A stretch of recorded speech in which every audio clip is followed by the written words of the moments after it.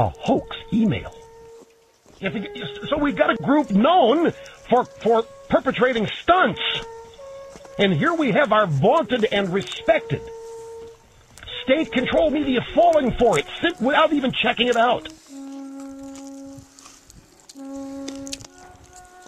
The internet is just a sewer. It seems to me they get most of their news from that sewer these days. We're here with this special file-sharing edition of The Yes Men Fix the World. Yeah, and this is a special edition because we have another film to show you first, one that you won't see anywhere else because we're being sued by the United States Chamber of Commerce. And as part of their lawsuit, they have demanded that every copy of this video that you're about to see be impounded and destroyed. So, please do pass it around. September 2009.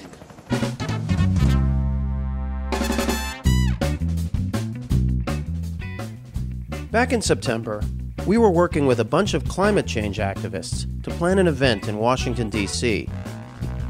We wanted to make a political point about an organization that's pulling off some of the world's biggest hoaxes.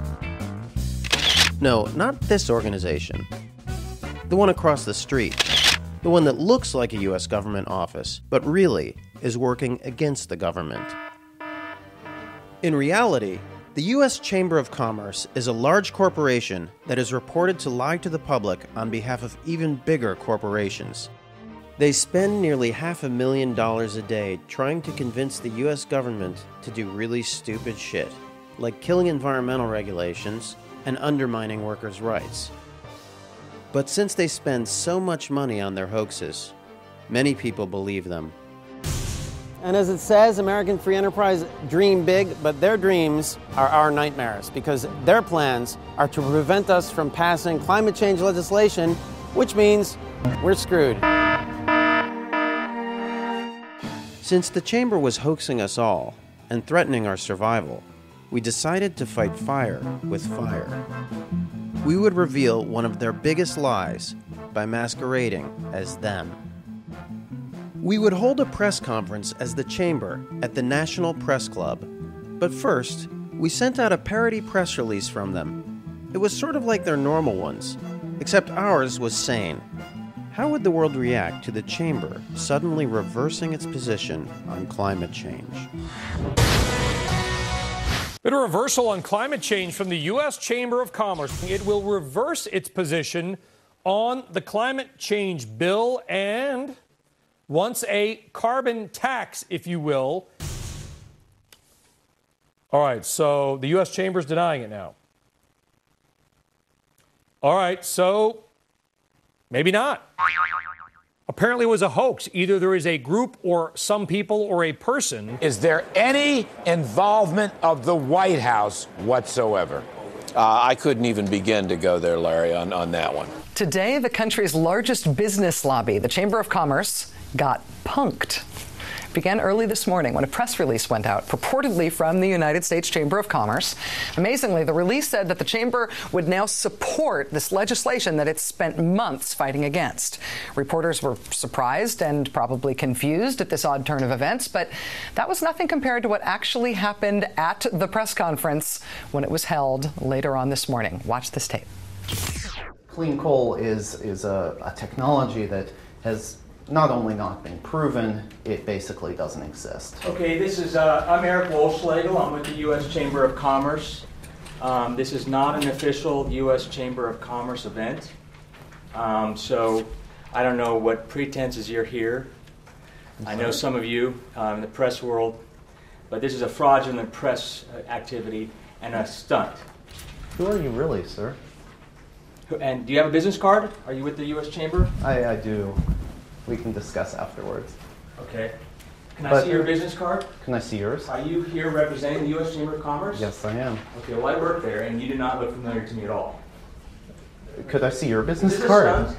Could I see your business Is this card? a stunt? Are you interrupting the president?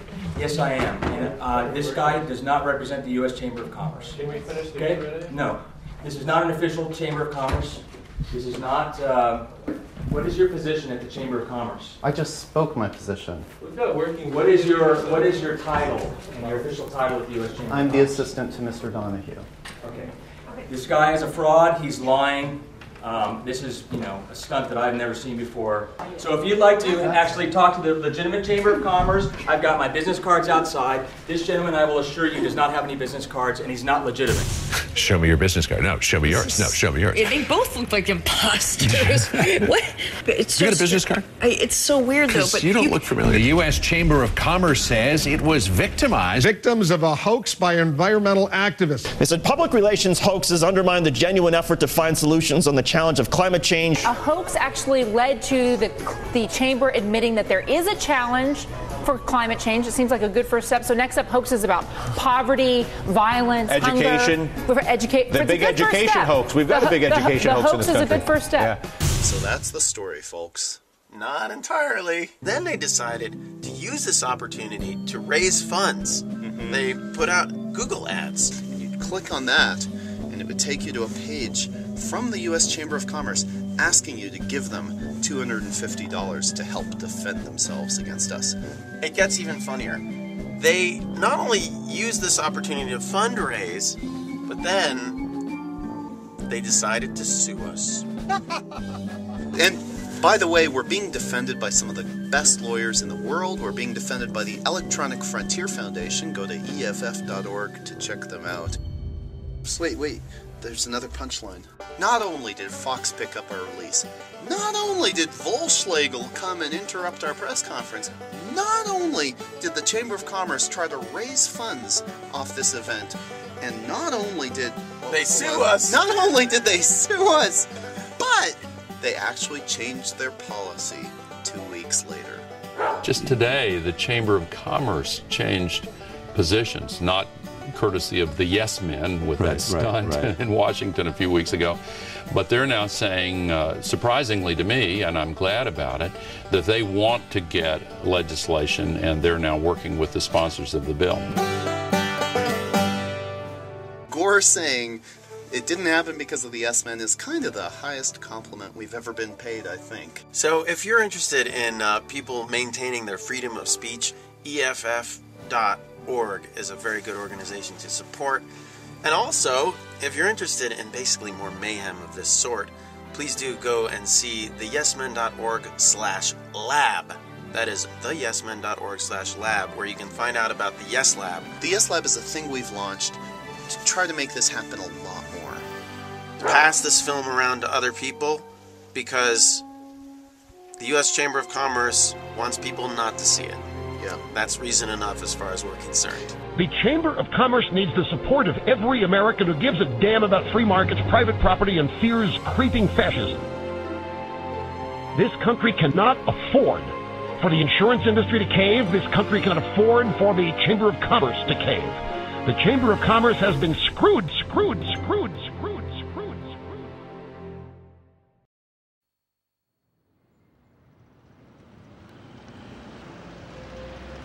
Are you ready?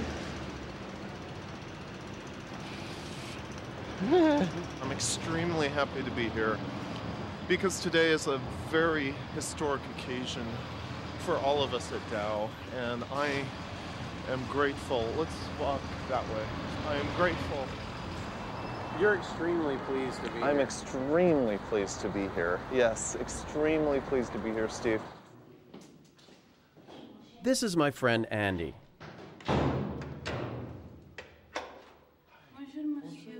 And my name is Mike.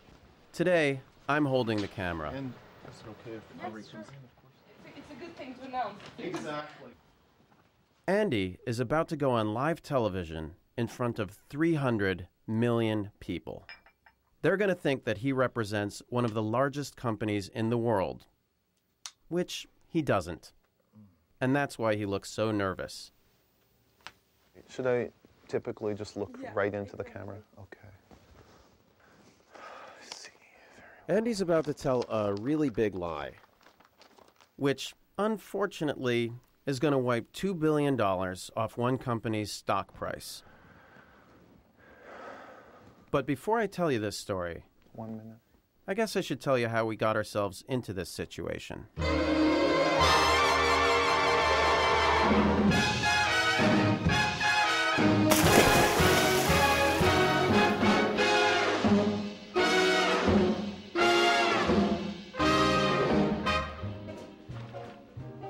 Forget your troubles, come on, get happy. You better chase all your cares away.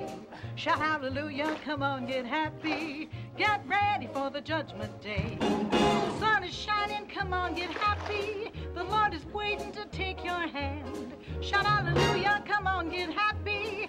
We're going to the promised land. We're heading across the river. Wash your sins away in the tide. It's awesome. Hi. My name's Mike. And I'm Andy. And this is a movie in which the two of us Fix the world. Forget your troubles, come on, get happy. Aren't we fixing the world? Yes. Come on. I'm scared. Get ready for the judgment day.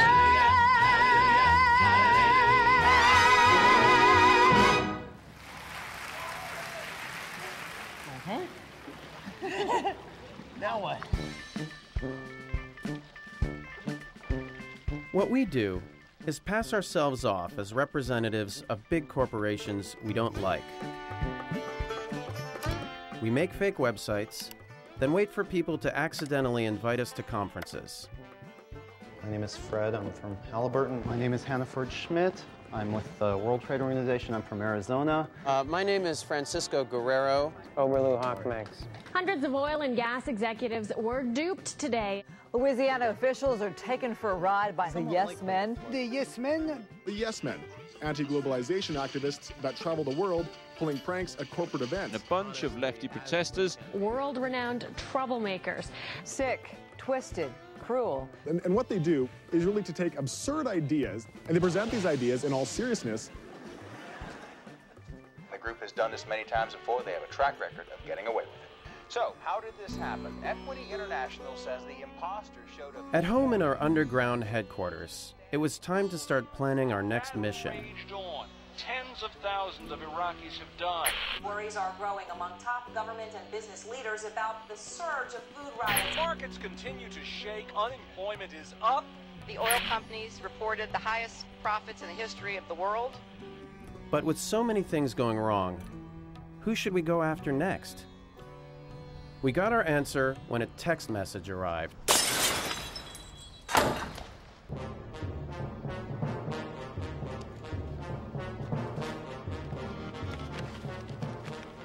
Dow Chemical had just bought Union Carbide, a company that became infamous in the 1980s. You remember the 1980s. Challenger, Chernobyl, Bhopal. Bhopal? In 1984, when Union Carbide's pesticide plant at Bhopal exploded, at least 5,000 people died within weeks, and 100,000 more remained sick for life. It was the biggest industrial disaster in history, but Union Carbide settled with the Indian government for $470 million, meaning most of the victims got less than $1,000 each. Now, I just want to say to shareholders of Union Carbide that I am confident that the victims can be fairly and equitably compensated without a material adverse effect on the financial condition of Union Carbide Corporation. There was little adverse effect on the shareholders, but in Bhopal, people continued to suffer. When Dow announced it would buy Union Carbide, there was finally hope for justice. Dow said it would compensate victims of Carbide's past negligence and promptly paid over $2 billion to 14 asbestos plaintiffs in Texas. Dow could do for Bhopal what they'd done for Texas, but we knew they wouldn't. So we decided to do it for them.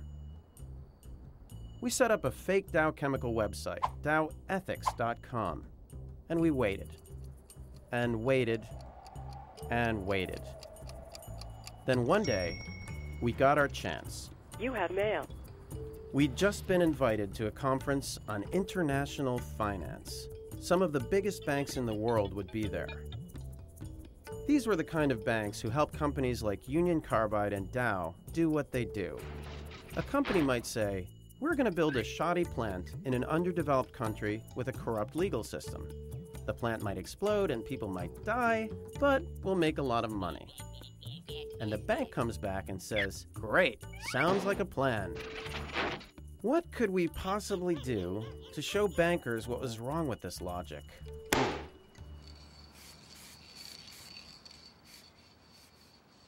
So right now I'm painting Gilda, the gilded skeleton, actually the golden skeleton that we're going to use in the Dow Chemical lecture in London at a financial services conference in just a few short days.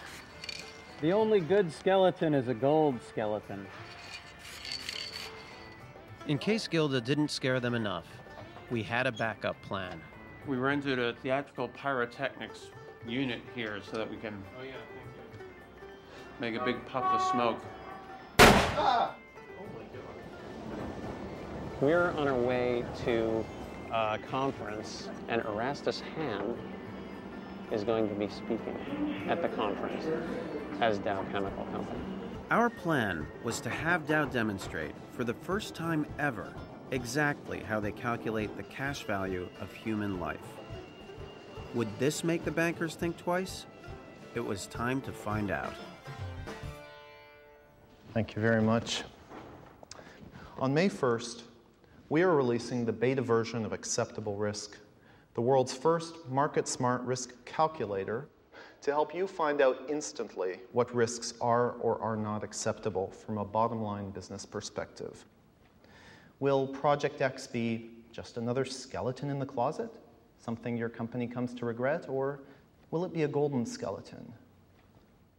A complex case is IBM's sale of technology to World War II Germany for use in identifying certain populations. This was very bad, of course, but no one can deny they were profitable, and although the issue remains a skeleton in the closet, in retrospect, it is quite clearly golden. Now, you may have heard the joke. How many Americans does it take to screw in a light bulb? 12. 1 to climb the ladder and 11 to file the lawsuit. What about Indians? Oh, just 1. We would, of course, never wish to imply that an Indian life is worth more or less than another. I myself believe in the sanctity of all life. But the market has its own logic, and if we're willing to live with it, we must make the most of the choices it makes. Because if there's one thing that we at Dow want you to remember today, it's that the only good skeleton is a gold skeleton. Ooh!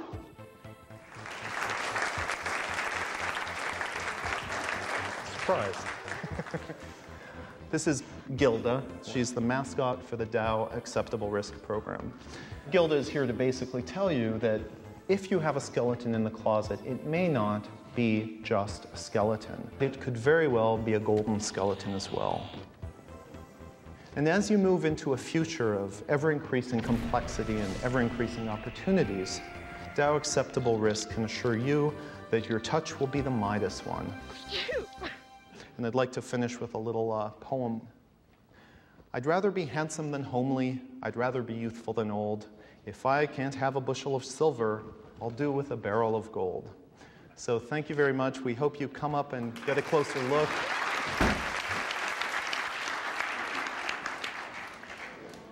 Thank you. Oh, thank you for having us. Thank you. Thanks. Thank you very much. Here's a keychain.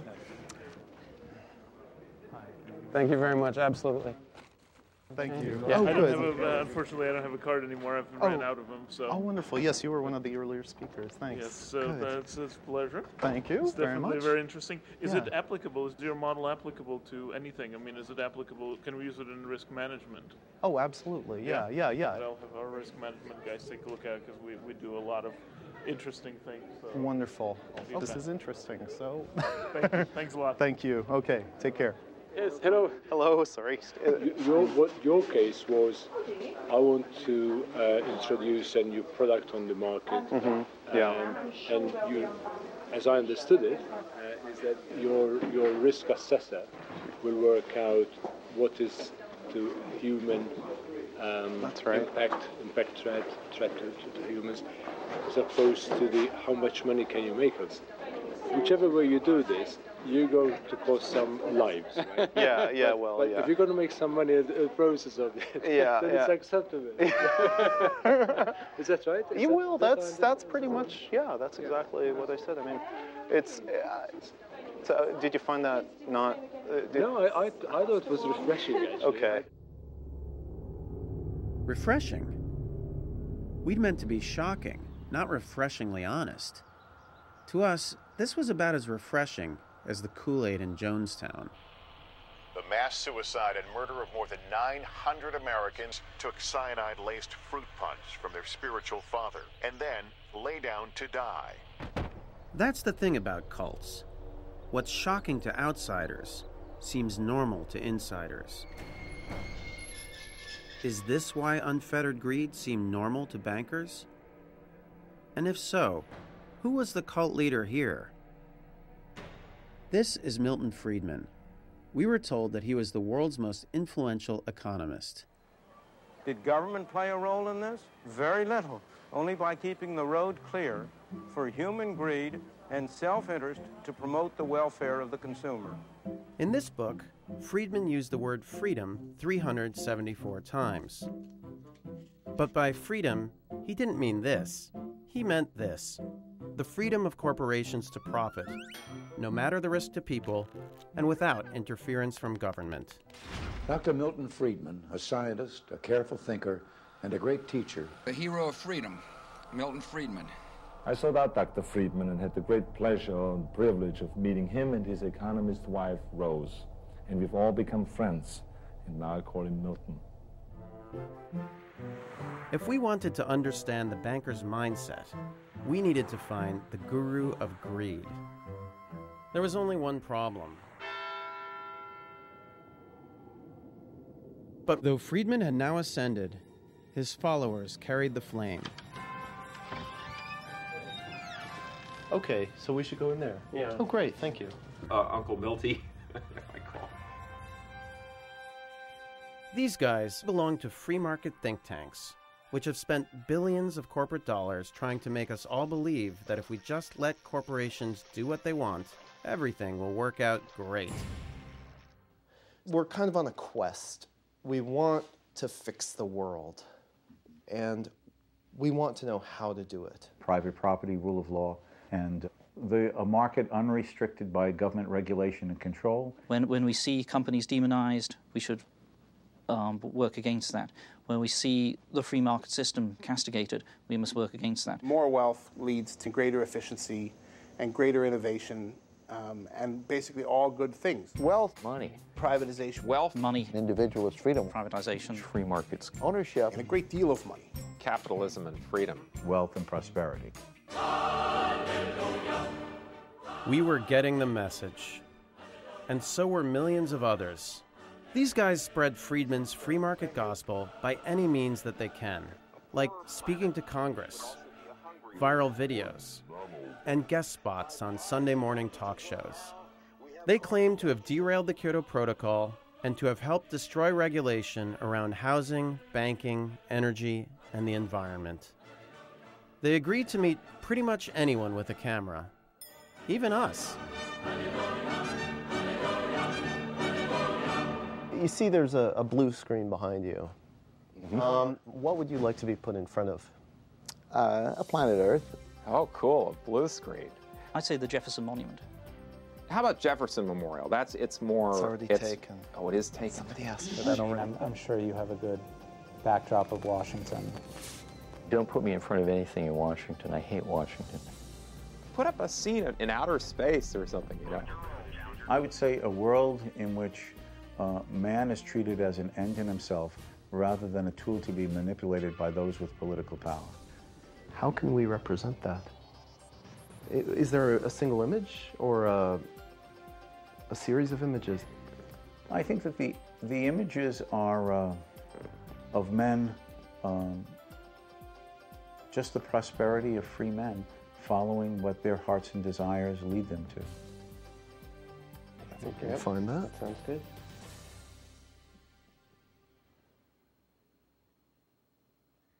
Now that we had our new friends at ease, it was time to ask them the really tough questions. What would you say to people who harp on the Bhopal catastrophe or other tragedies? Bhopal is an interesting example, but that facility had created educational opportunities for an Indian emerging technocratic class. It had created value added and tax base for the community, and something like 3,000 people died. That's a tragedy, but there are always risks of going into the future. There are always risks of going into the future? For thousands of people in Bhopal, there was no future. At least the Jonestown suicide cult killed only themselves. The free marketeers seemed willing to put everyone else at risk.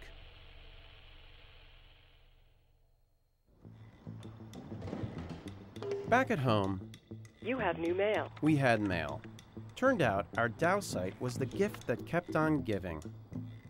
This time, it wasn't a mere conference. We'd hit the jackpot. The BBC, perhaps the world's most respected news organization, was doing a big broadcast about Bhopal, and they wanted to know whether Dow might finally clean up their mess. The interview, they said, would be broadcast to 300 million people. This was what we'd been waiting for. To the BBC's great surprise, Dow emailed back to say they would be delighted to speak publicly about the catastrophe. As for us, 300 million people was about 1 million times bigger than any other audience we'd ever had. We were scared. So we asked the BBC if instead of coming to their headquarters in London, we could meet them in neutral territory, the original land of revolution.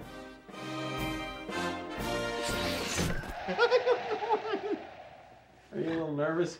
I'm so nervous. Oh, God. It's like going to the guillotine.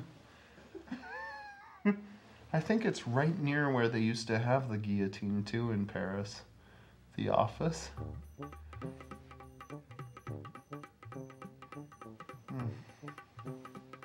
Yeah, I think it's the biggest thing we've ever done.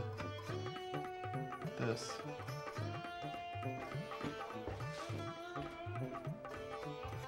I haven't combed my hair in like 20 years, yeah, really. Like, I think I used to do it this way. All right. Oh, God. Oh, God. When we acquired Union Carbide 3 years ago, we knew what we were getting, and today we are prepared to do the obvious. Let's see. Don't film too much when we get there, I think. Hi. Bonjour. And you're watching BBC World, our main headlines. The world's worst industrial accident is being remembered in India today. It's 20 years since deadly gas leaked from the Union Carbide chemical plant in the city of Bhopal. At least 18,000 deaths are attributed to the leak, and many local people say the contamination has never been properly cleared up. Yeah.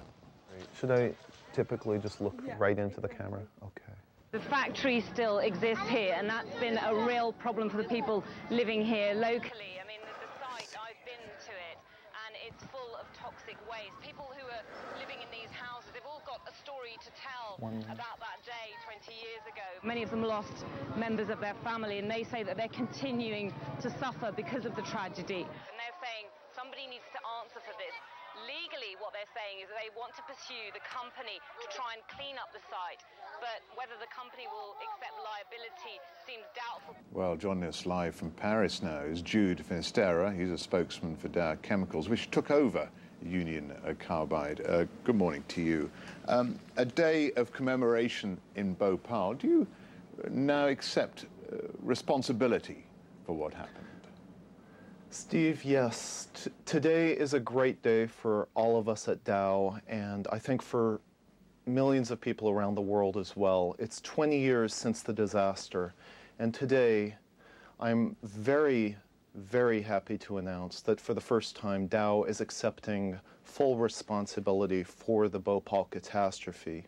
We have a $12 billion plan to finally, at long last, fully compensate the victims, including the 120,000 who may need medical care for their entire lives, and to fully and swiftly remediate the Bhopal plant site. Now, when we acquired Union Carbide 3 years ago, we knew what we were getting, and it's worth $12 billion. $12 billion. We have resolved to liquidate Union Carbide, this nightmare for the world and this headache for Dow, and use the $12 billion to adequately compensate the victims. Jude, that's good news that you have finally accepted responsibility. Some people would say too late. It's 3 years, Yes. almost 4 years on. When we acquired Union Carbide, we did settle their liabilities in the United States immediately. And we are now, 3 years later, prepared to do the same in India. We should have done it 3 years ago. We are doing it now. And I would also like to say that this is no small matter, Steve. This is the first time in history that a publicly owned company of anything near the size of Dow has performed an action which is significantly against its bottom line simply because it's the right thing to do. And our shareholders may take a bit of a hit, Steve, but I think that if they're anything like me, they will be ecstatic to be part of such a historic occasion of doing right by those that we've wronged. Just to reiterate what Jude Finisterra, the spokesman for Dow Chemicals, has just said, he says Dow Chemicals now fully accept responsibility for the events in Bhopal. Great. That's it? Well done. Great. Now they wanted Now you do radio. I can tell you one thing. We're not going out of business. We will continue to make profit. We will simply make slightly less profit than normal.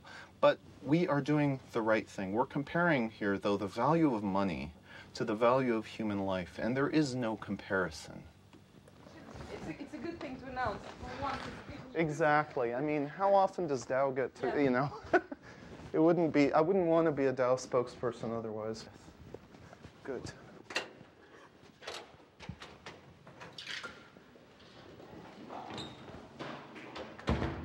Oh my God. Oh my God. I'm going to have a serious nervous breakdown now. Dow accepts responsibility for Bhopal, spokesman. Where is that? In Reuters. Congratulations, your appearance. Everyone here at BBC cheered. It's over an hour and it's still headline news. Hello, this is Jude. Who has said that? Perhaps they're not in communication with the Dow leadership. Hello? Yes, this is Jude Finisterra. Sure. Right. Sure. Right. Let me just, yes, could I ask you to hold for a moment? Okay, thank you. They know. So now, I guess, I just basically come clean, right? Well, I wouldn't say it's a hoax. It's an honest representation of what Dow should be doing. This morning, a false statement was carried by BBC World regarding responsibility for the Bhopal tragedy. The individual who made this statement identified himself as a Dow spokesperson named Jude Finisterra. Dow confirms that there was no basis whatsoever for this report. Well, earlier today, we carried an interview with someone purporting to be from Dow Chemical, a company which subsequently bought the plant from Union Carbide. This interview was inaccurate and part of an elaborate deception. Take a look at this, Dow. Like, look at this. This is the top of Google News. Dow said on Friday there was no basis whatsoever in a BBC World report saying it had accepted responsibility for India's Bhopal disaster. That's a funny sentence. The hoax was an elaborate one involving a fake website. Dow Chemicals was quick to issue a series of statements denying all knowledge of Jude Finisterra. Also tonight, backtracking because of this man. We're going back to the BBC television studio right now that we were at this morning because they want to talk to us. Thought, well, okay, what do they want to know? Well, let's go see. So your real name is Andy, right? Yeah. When Hello. did I? Sorry. When did it occur to you to pull this off? It didn't occur to us at all. We got contacted by you guys. You also have the Dow share price. Yeah, I did hear that. Has it gone back up? Or? Well, the prank, which briefly knocked 3% off Dow shares, comes 20 years to the day after the chemical leak from the Union Carbide plant in Bhopal. Today's unlikely corporate humiliation of a US chemical giant was all about reminding the world that Bhopal remains an unhealed sore. Well, earlier I spoke to Andy Bichlbaum and I asked him what he did when he got an email from the BBC asking him for an interview. Essentially, Dow has been promulgating a hoax by which they've convinced people that they can't do anything about Bhopal, that they cannot accept responsibility. And we wanted to prove that that was not accurate. I mean, it is nevertheless a pretty cruel trick to play on the people of Bhopal. Well, did you think about the people of Bhopal when you decided to peddle this stunt? Yes, we did. And well, that surely is the tragedy of today. You spring upon them the actual hoax that they actually suddenly believe that they have got a payout from Dow, and then, you know, an hour or two later they find it's untrue. Let's put this in contrast. I mean, we may have given two people 2 hours of false hope. Dow has given them 20 years of suffering. I mean, this is what we're faced expecting with. the next knock at the door to be Dow's lawyer? No idea what Dow will do.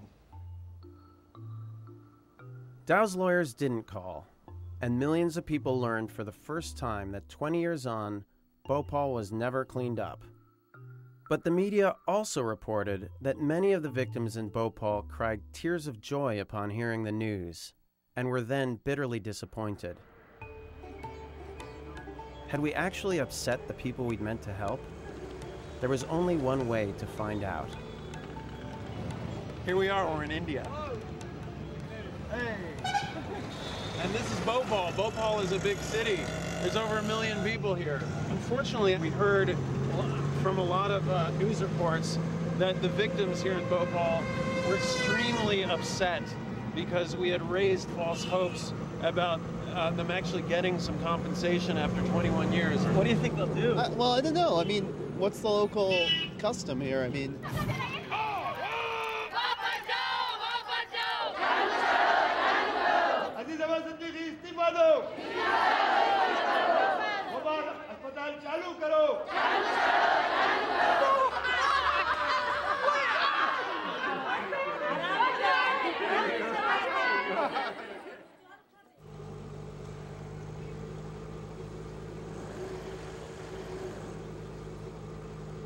We're here at the Sambhavna Clinic, and this place was set up by a bunch of people to help treat the gas victims of the worst industrial accident in history. So patients come in from here. This is a forum, basically, where we determine their history of gas exposure, how far they were living, or were they sleeping in a tent that night, and then their severity grade is determined. These are some of the disabled children, and every system of the body has been affected. You know, the musculoskeleton, the nervous system. 40% of the women coming here under 40 have menopause. Yeah.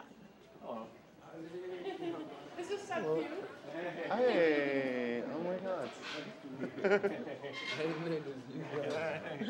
Hey. We got the news that Dow is willing to pay $12 billion. I mean, first we felt the news was too good to be true.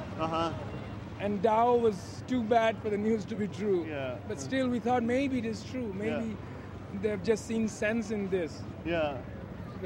I mean, for about an hour, we were under that impression. Yeah. Did people cry with joy? I cried. Oh, no. I know lots of people cried. Were you kind of angry at first, though, when you heard it was a hoax? No, I wasn't angry. No. Wow. You think it was worth it? Totally worth it. Okay. We are saying no more Bhopal. What people have gone through here, no one else in the world should go through this. I think we're in Shivaji Nagar, and it's been a little bit of a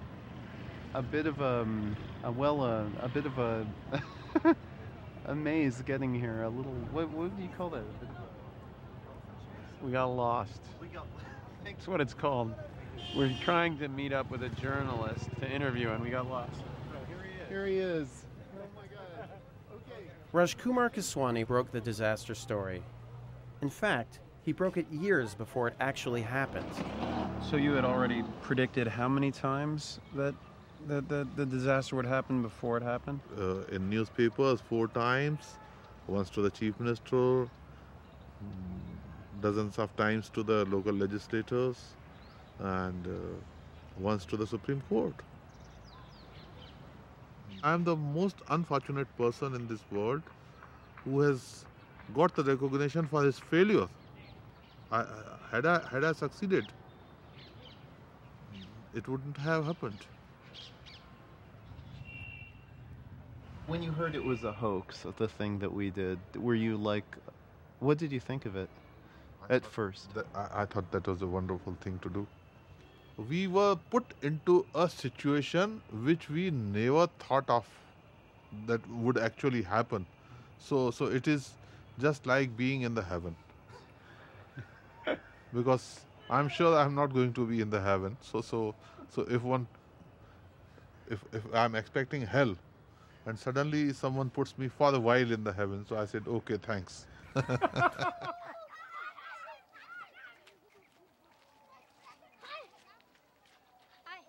20 years since the disaster, the poisons left behind at the plant were still leaching into the groundwater.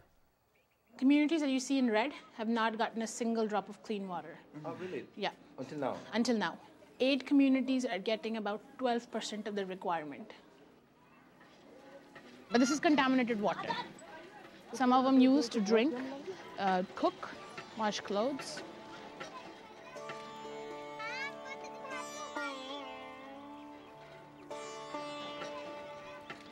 Dow could clean up their mess, but they didn't.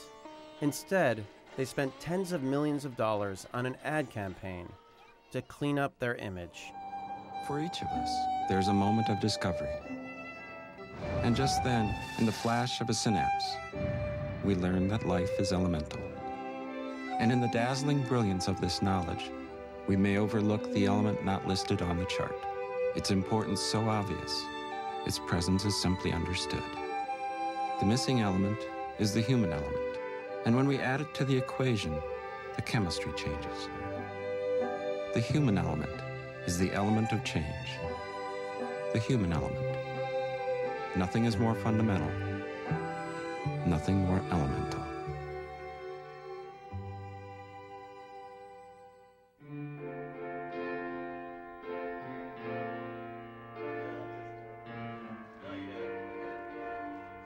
This is Kevin Finn. He trades bonds. This is what I do, sit here and just look at this screen for, 12 and 14 hours a day.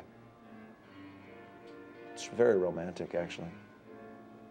More than anyone else we knew, we thought Kevin could explain why Dow wouldn't do anything to fix Bhopal. He told us what happened when Andy went on the BBC. I got a call from my clerk in the middle of the night. Dow Chemical made some announcement that the stockholders of Dow Chemical didn't like because Dow stock went down. The S&P 500 futures went down. You know, I had to go roll out of bed. My clerk's like freaking out because my position's going against me. My friend tells me he thinks it's, you know, some global conspiracy of traders to try to screw us. And, you know, it finds out it's two jokers. The effect of our big announcement on the BBC was that Dow's stock lost over $2 billion in 23 minutes. This tells me all the news that's happening in the world. So on December 3rd, if I was sitting here watching this, it would say, you know, Dow Chemical decides to settle with the Bhopal people. And then people that own Dow Chemical be like, sold! Everybody we talked to about that was really happy that Dow was doing the right thing. Like, Sure, okay. I mean, I'm not saying that they shouldn't be. I'm just saying that, sure, it seems like a good thing, unless I guess you're a Dow Chemical stockholder and you're expecting the $20 billion to go towards a dividend to come back to you or to come to buy some new chemical plant, and it's going to these people that, at least at this point, aren't able to get any money. I mean, I would see, you could see how they could be upset about that, right? We were confused. As kids, we learned that it was bad to do something bad. And if you did something good, you got a reward. Yet when we announced Dow would do something great, the market gave Dow a spanking. So how could we get companies to do the right thing? We needed to change the rules of the market. But that meant regulation, and regulation meant government. The only problem was, government was drinking Friedman's free market Kool-Aid. Free markets are working miracle after miracle of economic growth. Open markets and rule-based trade are the best engines we know of. But when the government stepped back and let the free enterprise system do its work, then the better we did, the more robust our economy grew, the better I did, and the better my business grew. For the last 30 years, the leaders of most powerful countries did whatever the free marketeers recommended. And what they recommended was simple. The solution is not to have government to intervene or regulate in some way. In fact, most problems will solve themselves if ignored, and let free people working in free markets address them. Following advice like this, governments around the world got rid of a whole bunch of regulations meant to protect people, like in banking.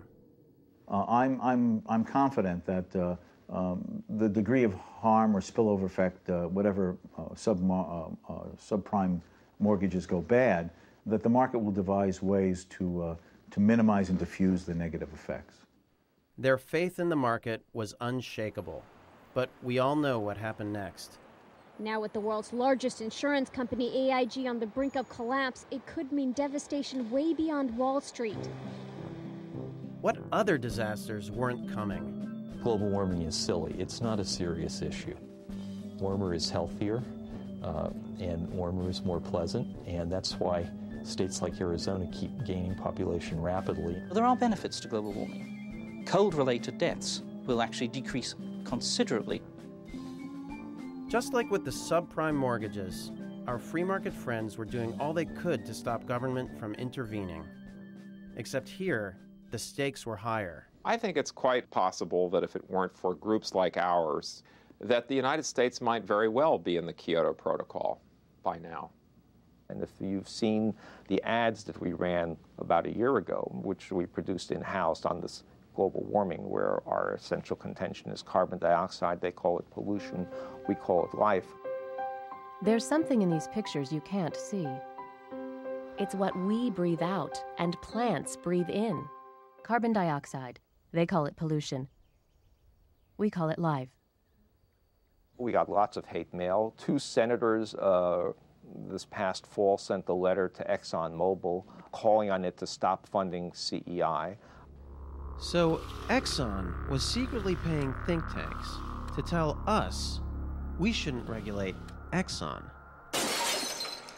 Public outrage forced Exxon to stop. In fact, ExxonMobil didn't fund us at all this past year. That was great, but Exxon had other ways to influence policy. Like this guy, Lee Raymond. He's a trustee of one of the key free market think tanks. He also used to be Exxon's CEO, and the year he left that job, he became an official advisor to the U.S. government on energy matters. This was scary. If we let the free market cult keep running the world, there wouldn't be a world left to fix. We had to do something. So when we heard about a huge oil conference up in Canada, we decided to go. Posing as a big PR agency, we offered them Lee Raymond, Exxon's ex-CEO, as keynote speaker. They jumped at the chance.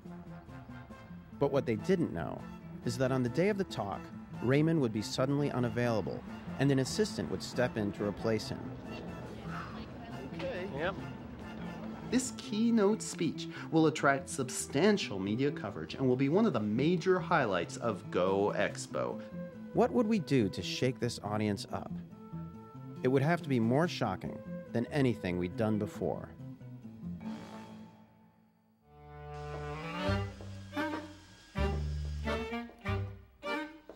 If there's one thing that's going to be abundant in the world to come, what with climate change and all that, it's people, dead people. This is a pilot program to use that fuel. It's called Vivolium, and here we are, making Vivolium. As Lee Raymond's assistant, Andy would announce Vivolium, Exxon's new biofuel to be made from the victims of climate change. And he'd even hand out a sample. So it started out, we made one Reggie, and then we cast a bunch of Reggies in wax. That's human hair right there. This is a lot of experimenting to figure out how to make a candle smell like human flesh. Ow! I lost a Reggie. Quick! Ow! We wanted to make sure that the oilmen knew what the candles they'd be holding were made of. So we'd show them a tribute video to Reggie Watts, a terminally ill Exxon janitor who had volunteered to be turned into fuel. I think I'd like to be a candle. I think a candle would be fun because there's just so many uses for a candle. There are 6 billion people on this earth today. We're probably using the energies, maybe, of 1 billion of those at best. They had me test a Hellfire missile once. That was pretty cool. We simply haven't found the miracle fuel yet to replace petroleum, but we'll eventually get there if government gets out of the way. We had his miracle fuel, and our grandfathers were turning over in their mass graves.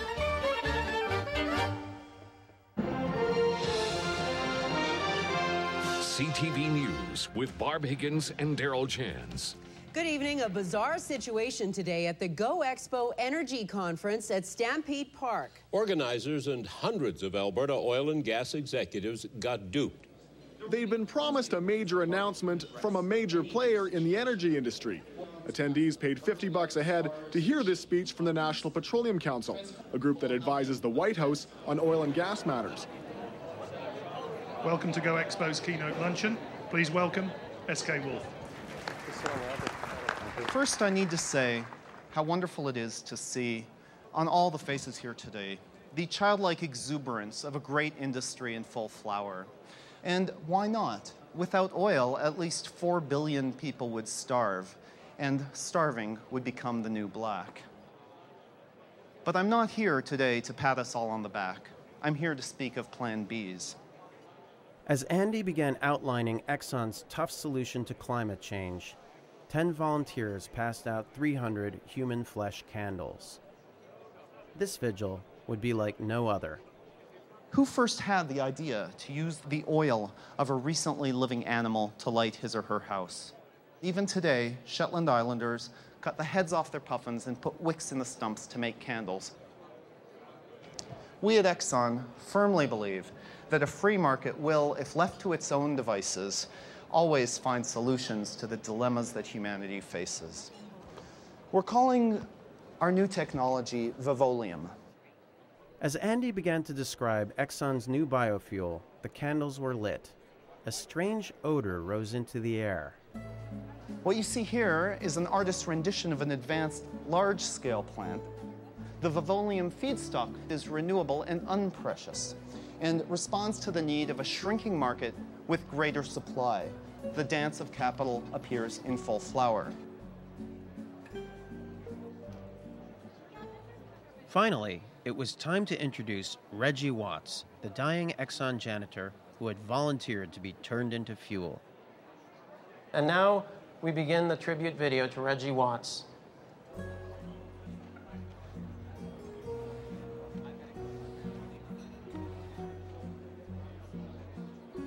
Worked in maintenance for a while. Moved up to maintenance 2, started doing cleanup, toxic spill cleanup. After I heard from the doctor that I was going to die, I felt like I had something to live for. Can you switch this off?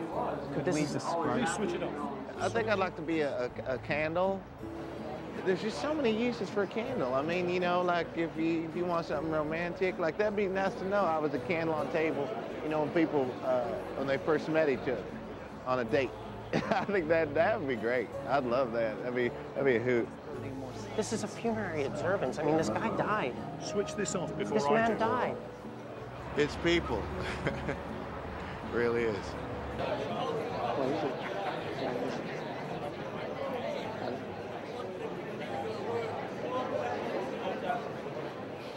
Thank you very much, gentlemen. Thank you very much. I'm very sorry, but we've been cut off.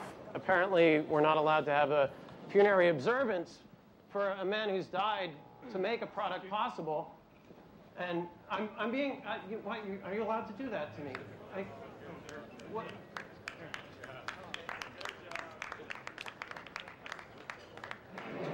Reggie Watts was an ExxonMobil employee, and these are actually 30 or 40% from his actual flesh. So this time it is 80%? 80%, I'm sorry. The remaining 20 is from what? The remaining 20 is just, you know, bonders to keep it together. We have to think in such a case. What are your credentials with ExxonMobil? What is it? What part of his body? Please, sure. So if he's not with Exxon, not with National Petroleum, nothing? Boy, oh boy. They better screen them guys love better before they let them out. Now, thank you. Hey. Shut it down. Don't touch my camera. Shut it down. Now. Had we actually made the oil people think about what they were doing? It was hard to tell, and there wasn't much time left to figure it out.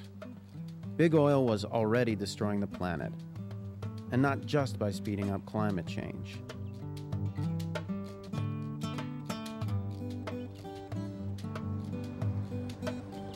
This house right here, it used to be on this side. Yeah, it was over here. We moved over there. You know, I could only take it like 2 or 3 days a week coming down here to work. And this year for hunting season, I mean, I didn't kill nothing. I just wasn't in the mood to kill. You know, after seeing everything else that was dead, just wasn't in the mood. I mean, you know, not that I'm a big killer, but I like killing stuff. Yeah.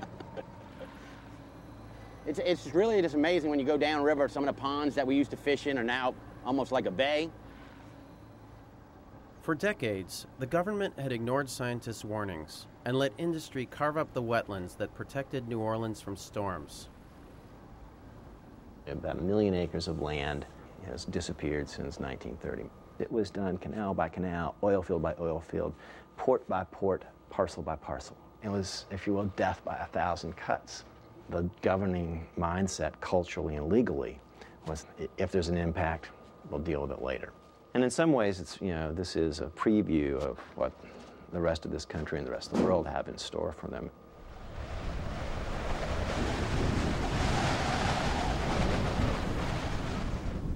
When Katrina hit, the wetlands weren't there to diminish its force, and the levees didn't stand a chance. So the real culprit for the destruction of New Orleans wasn't just a big hurricane, but greed, dressed up as progress. What produced this tremendous improvement in technology? It was self-interest, or if you prefer, greed. The greed of producers who wanted to produce something that they could make $1 on. Greed had caused the biggest catastrophe ever to hit the U.S. And now, the government was handing out billions of dollars in rebuilding contracts. In other words, letting greed solve the problem. There has been this idea that it is government's responsibility to replan the construction of New Orleans. It's better to leave it to the market. We wanted to take a closer look at how the market was fixing the U.S. Gulf Coast. We're on our way to the Gulf Coast Reconstruction Conference at the Washington Convention Center. We're going to talk to a number of people who are busy reconstructing New Orleans. Yeah, what's up? There are many silver linings to this horrendous disaster, and with it has come an incredible opportunity. I'm optimistic when I see a room full of folks who want to take advantage of the opportunities, and that's a good thing from our perspective. It's a great thing. Well, you know, it's like the Israelis say, you know, once in a while a good crisis is not bad. You come up with new things. We were seeing a lot of new things. But wasn't this supposed to be about Gulf Coast reconstruction? We're especially interested in Gulf Coast reconstruction. And does this have anything to do with that? This is for bomb detonation and ammunition storage. Perimeter and physical security, mainly anti-ram road blockers. This particular unit can be used in military applications. Wow. So it's a real, like, catastrophe toilet, basically. All this stuff would be great for the people of New Orleans, if they were going to fight a war. Where was the stuff about helping people? Ah, here it was. The pavilion from Central Asia. Kyrgyz people are ready to help the people of Louisiana, Mississippi, and Alabama by erecting yurts there for them as a temporary shelter.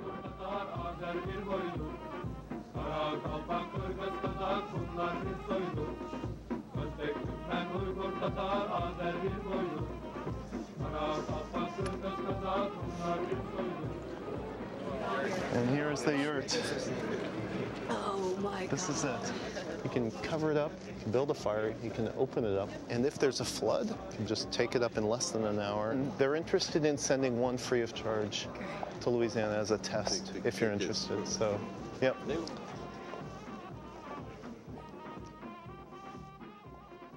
The yurt was the only solution here about helping people, but the government reps didn't seem very interested. There's no money in yurts. We decided we could outdo everyone at this conference and beat the free market at its own game. We would invent the ultimate disaster technology, a device so sophisticated it could protect anyone from pretty much anything. But it would cost so much that only the richest businessmen could afford it. They kind of just flatten out. Yeah. The only question was, what company would make such a thing? You've got to think Halliburton.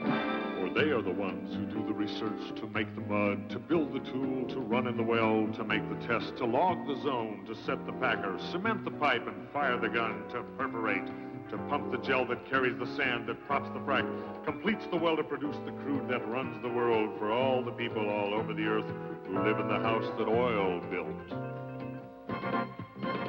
Halliburton has been the world leader in extracting profit from every kind of disaster. They made billions off the first Gulf War and its sequel, and hundreds of millions off Katrina, all paid for by the U.S. government, whose vice president was once their own CEO. Find the big red, find the big red, find the big red, hustling on. If anyone could make a killing from total disaster, Halliburton would be the one. This morning, we got up really early, drove up to the very fancy hotel, which shall remain nameless because they threatened us if we use the material with their name. But, you know, what's it called, basically, the hotel? Ritz-Carlton. Ritz-Carlton, that one. How you doing? I'm Northrop Goody. I'm here with Halliburton, with Fred Wolf. I'm just helping demo a product. So, would either one of you mind helping us demo the suits? We have 3 of them. So you have to actually step into it, pull it on. It's kind of like a coverall. You'll wear it? I'll wear it. All right, great. You're a good sport. You're a really good sport. The catastrophic loss conference was for insurance people. They knew numbers. and we were about to show them some pretty simple math.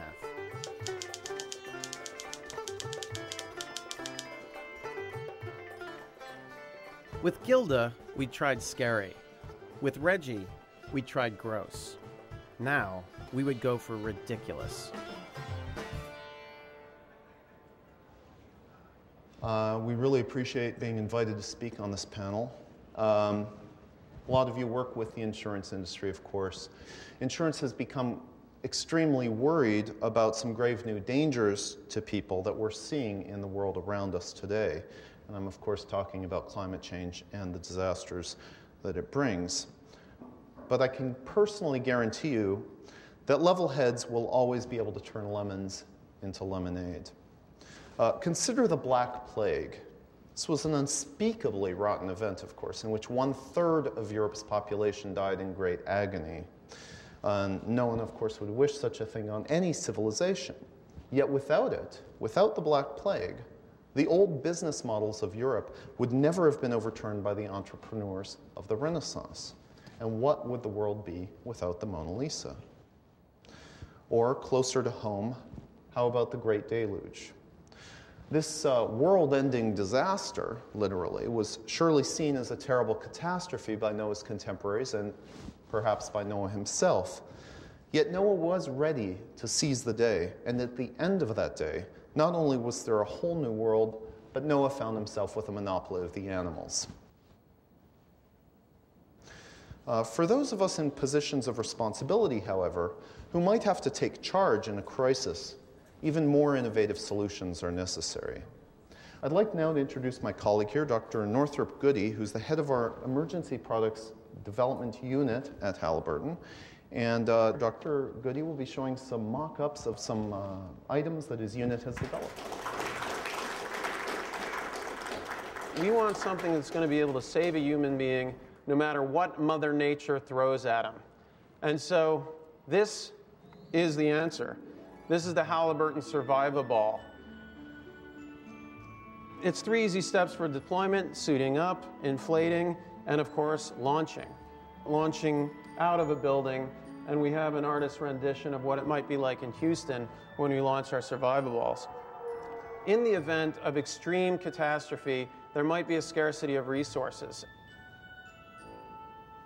In this case, we've got a Survivaball here that's going up and extracting resources, in this case from an animal. And you don't want to be exposed to the elements, but you still want to be able to extract resources from, for example, a cow. They're going to be able to go underwater, rated at 50 feet. They can be used in any condition. It doesn't matter whether you're in a landslide in California or even in the Arctic. Of course, any other conditions, whether it's tsunamis or tornadoes, the Survivaball is designed to withstand. But the best part of the Survivaball is that people need people. And so our biggest inspiration for the way that a community should work with Survivaballs comes from biology. As some of you probably know, amoebas gather together and actually form another body. They aggregate. And so these one-celled organisms come together as a single body. For example, here's a raft formation of Survivaballs in the ocean, floating, communicating, exchanging nutrients, differentiating function. Last of all, this is literally thousands of Survivaballs dancing through the streets.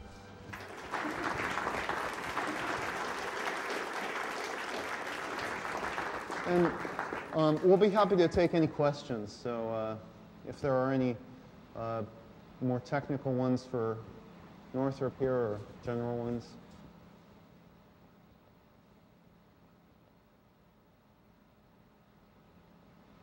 Yep.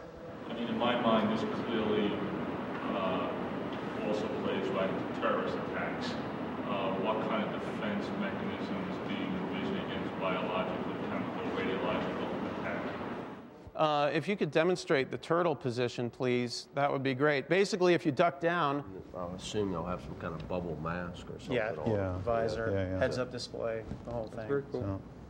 To me, it was just the way it fit was probably if you're ever going to make them so people want to wear them for a long time, you'd have more cushioning or something. Yeah. But I can imagine they'd be pretty darn expensive to if you're going to really market them. Well, yeah. They although I guess the people who will need them, most of the, the price should be no object, right?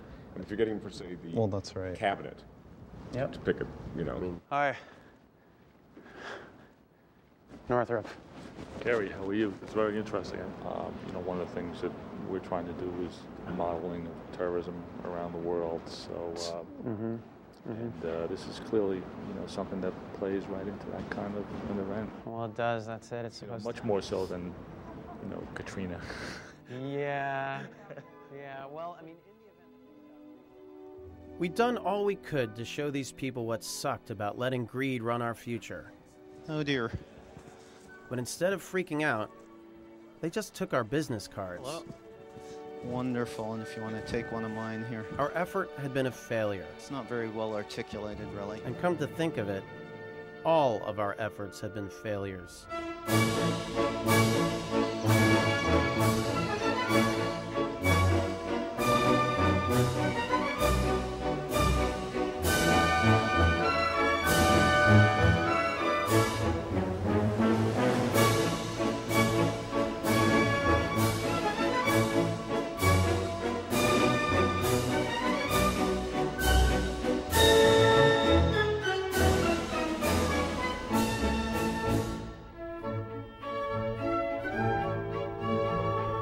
But you know, a yes man never gives up.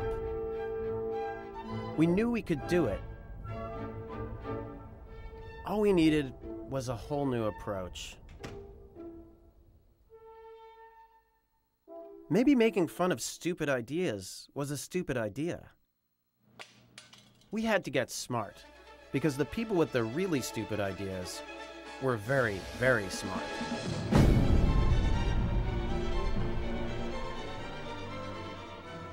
For Friedman and his followers, disaster was not just a chance to get rich, but an opportunity to push through all kinds of unpopular policies, like privatizing public schools, shutting down public hospitals, and kicking people out of their homes.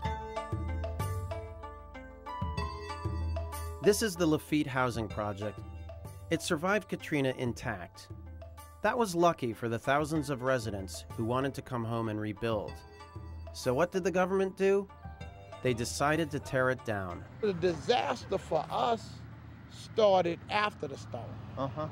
When people found out that you were going to be marooned in a strange foreign city, wanting to come home, and the government was going to take your home away. This was hours before the storm. When storms happen everywhere else, people get a chance to go back home. This home to us. Why they gonna take away our pride and joy? They don't know what people going through. The whole city that sort of washed away. Now you got to rebuild the whole thing. So part of what this was is if you ever had an idea that you couldn't get through before the storm, well, the storm meant that everything was, tossed salad. So if this idea had been roundly rejected by the city and by voters and whatever, but now's your chance to sneak on in. When residents tried to come home after Katrina, they found themselves locked out by HUD, the U.S. government's Department of Housing and Urban Development. The federal government came up with a program to dismantle public housing and privatize it, and that's what we're doing. And so you've got to develop a nice community so that the poor have an opportunity to live in an environment where people work, that they're part of the American dream, and you'll get a number of folks that are not used to the type of lifestyle that we all live, where trash is thrown on the ground or cursing off of the balcony. The idea really is to provide role models, essentially, for poor folks, right? Absolutely. On the BBC, we tried to show that companies could behave differently, and we learned that they couldn't until government made rules to control them. Yet even here in New Orleans, where help was most needed, government was also drinking the free market Kool-Aid. I believe in a market-driven process. Economics, capitalism is going to take over, and the marketplace is poised to respond. So the government didn't believe in government. We knew what we had to do. We would become the government, and we would find out what would happen if government did the right thing. We are preparing to go to the Gulf Coast Reconstruction Conference at the Pontchartrain Center in Kenner near the airport. You shouldn't drive. Okay. Here. So it's almost like we should be saying, we are facing a state of emergency. I'm going to speak as HUD, as the Deputy Assistant of the Secretary of HUD, who couldn't make it, and CNN is going to be covering it live. This conference was taking place on the first anniversary of Katrina. 1,000 contractors who were rebuilding New Orleans would be there. What's that? Nagin's coming, Mayor Nagin. Oh my God. Mayor Ray Nagin coming just a bit more than we expected would happen. When we'd hatched our scheme, we told this guy, the conference organizer, that we represented Alphonso Jackson, the head of HUD. When the mayor and governor found out that Jackson would be there, they had to be there too. Once again, the keynote speaker wouldn't show up, but his assistant would. Would the mayor notice that something was wrong? And what would the contractors think of HUD's radical new approach to public housing, an approach that could cost them money and even put some of them out of a job? Please join me in welcoming Mayor Ray Nagin of New Orleans.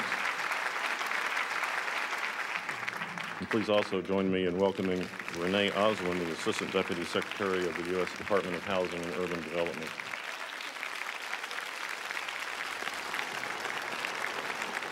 So it's an honor to share the stage with our two partners in recovery, with Renee Oswin representing HUD, who's definitely one of our most important partners in this rebuilding effort, and Mayor Nagin of New Orleans, whose challenges are enormous. And I also want to stop and thank Renee, who's here from HUD. HUD has been an incredible, incredible partner with us. We are on the verge of doing some really unique things, some things that we could have never tackled in the city of New Orleans. And now we are poised and positioned to enhance public housing in the city of New Orleans. You know, there's lots of information out there. There's lots of misinformation out there. You know, but I have a fundamental belief that truth and lie cannot stay in the same place at the same time. Reminds me of a story I once heard. Truth and lie went swimming one day in Lake Pontchartrain. They went skinny dipping, so they laid their clothes on the banks, and they were out there having a really good time. And then lie all of a sudden jumped out the water, put Truth's clothes on, and started running down Esplanade, Elysian Fields Avenue. Truth got out the water, started running after lie. So, ladies and gentlemen, what you had was a well-dressed lie being chased by naked truth. It's quite a tough act to follow, nothing like that to make you feel a bit naked, eh? Dear friends, it is with the greatest joy that I announce to you today a brand new Department of Housing and Urban Development. Everything is going to change about the way we work, and the change is going to start right here today in New Orleans. Until last week, our MO here at HUD was to tear down public housing whenever we could. Like many folks in Washington, we thought that the projects caused crime and unemployment. We were wrong. When we tore down St. Thomas and replaced it with mixed-income flats, only one of 27 former residents ever made it back, and the rest have faced many problems, in some cases even homelessness. It just didn't work. We won't make that error again. This afternoon, we will begin to reopen all public housing projects in New Orleans and allow these Americans to be part of their city once again. But opening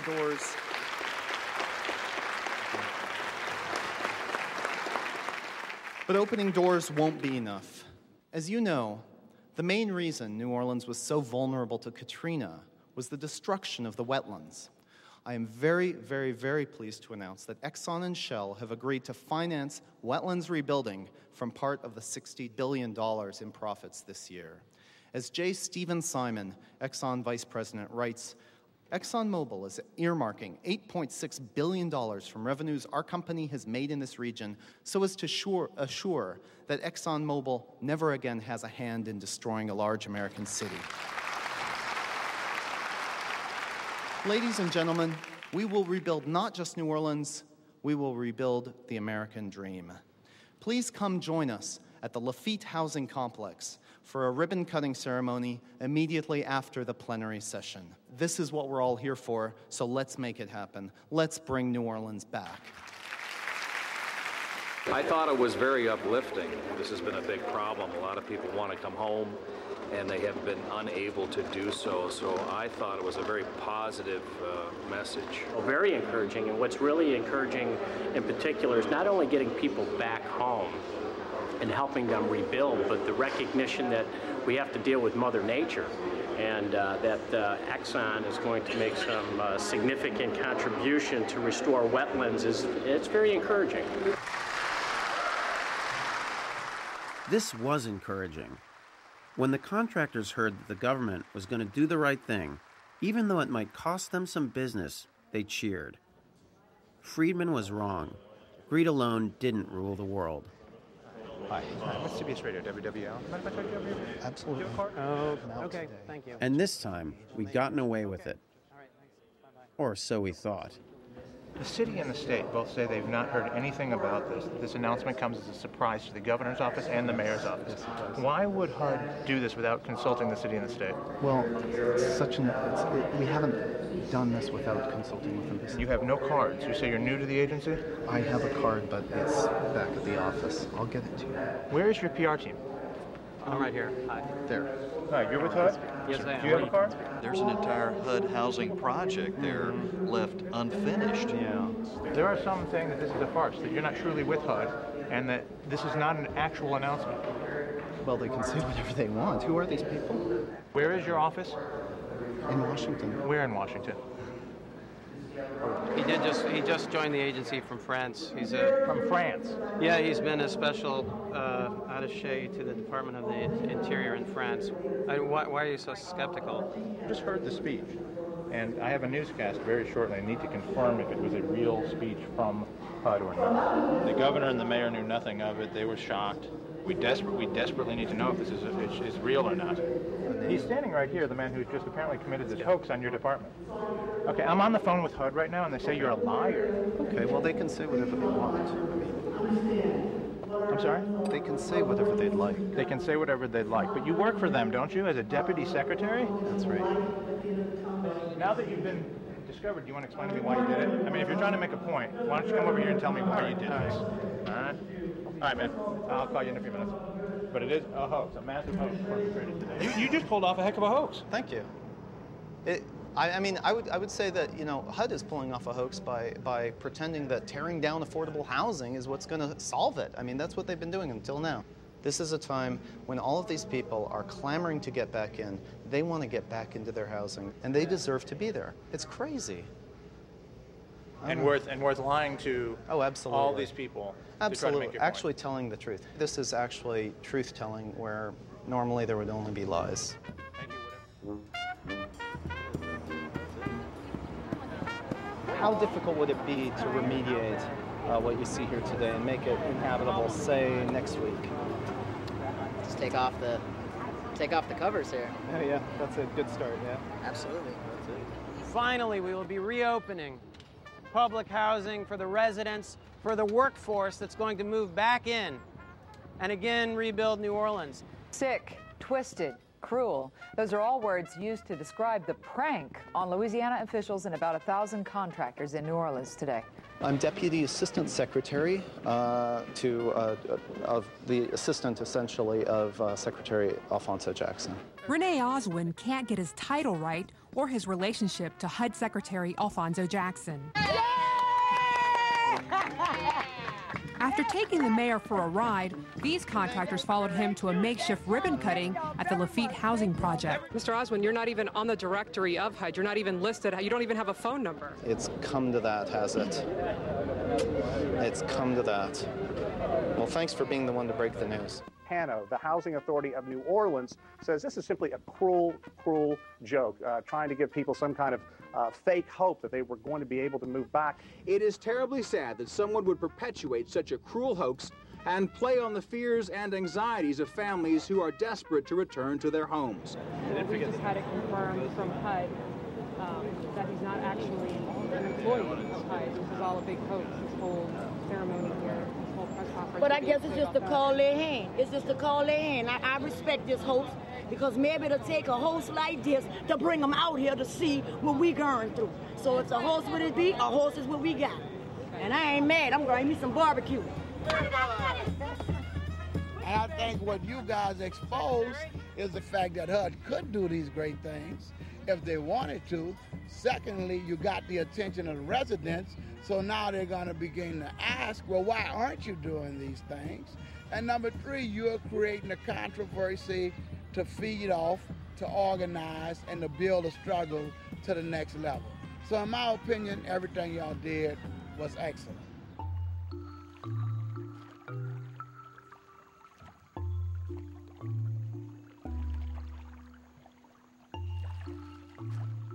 It had all been worthwhile. We were on top of the world. But then, reality began to sink in.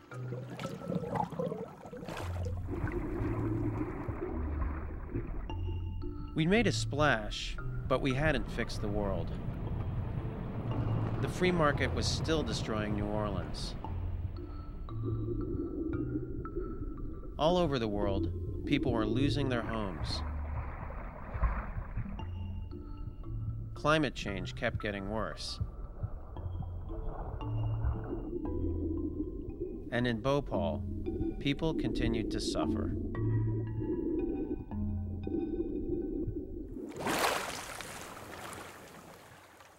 We really did need to fix the world. But it was going to take more than two guys with cheap suits and fake websites. It would take millions of us.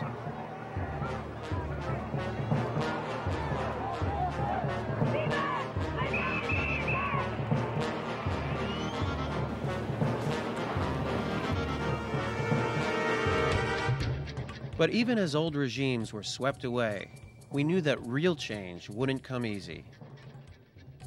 After all, the free market cult was still here. Wealth, money, privatization. Wealth, money, free markets, privatization. Ownership, a great deal of money. Now, we can afford that. Remember these guys? They're not going away. And neither would we.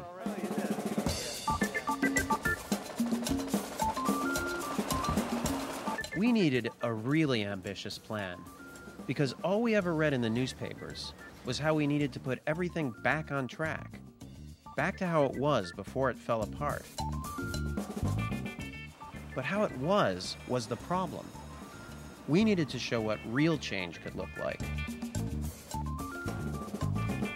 So together with a whole lot of friends, we would blanket Manhattan with 100,000 copies of our very own newspaper. We'd call it the New York Times. Except our New York Times would be a little bit different. Ours would be set 6 months in the future. It would show what could happen if we set our imagination free.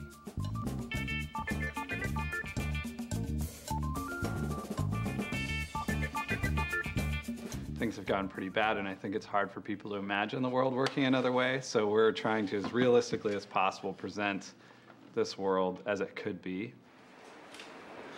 They just brought out the proof of the New York Times, and it looks unfucking believable. Really good.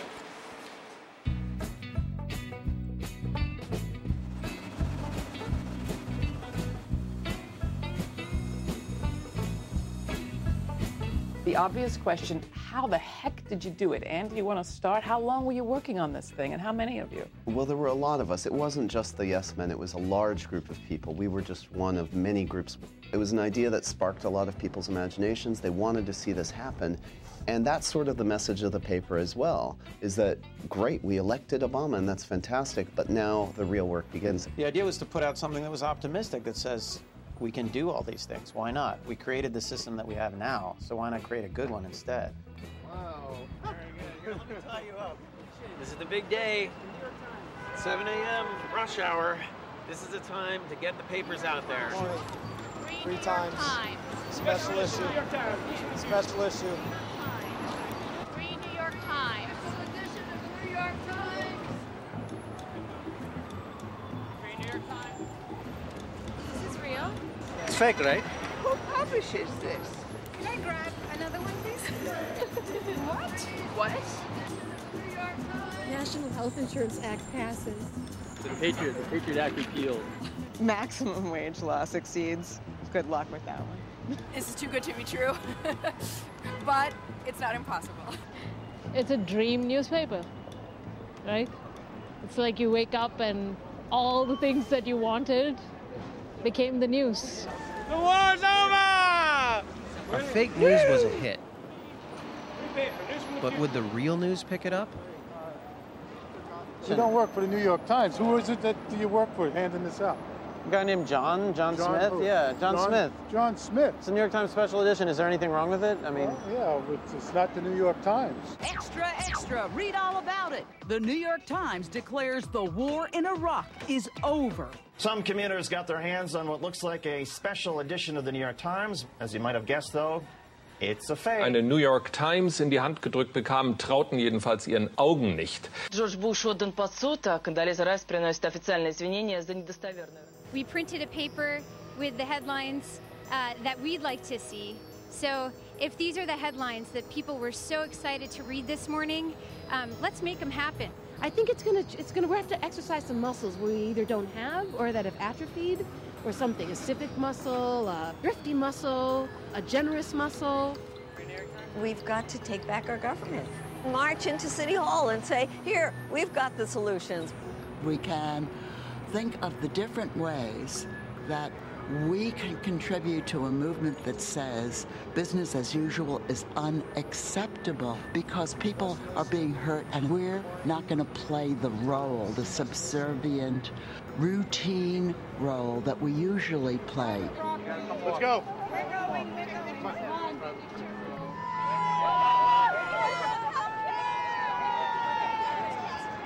Make change happen. Put your effort on the line to make something happen.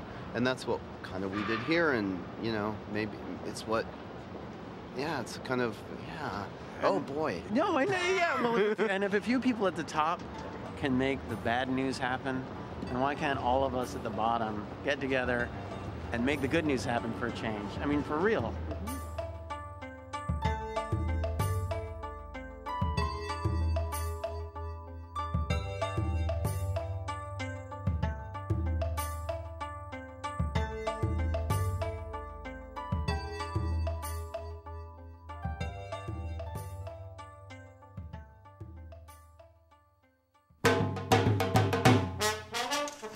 Hey, thanks for watching. If you want to get your very own copy of that fake New York Times, all the news you could see, go to theyesmen.org/store. And if you want to see a lot more of this stuff happen, visit theyesmen.org/lab. Sign up to participate.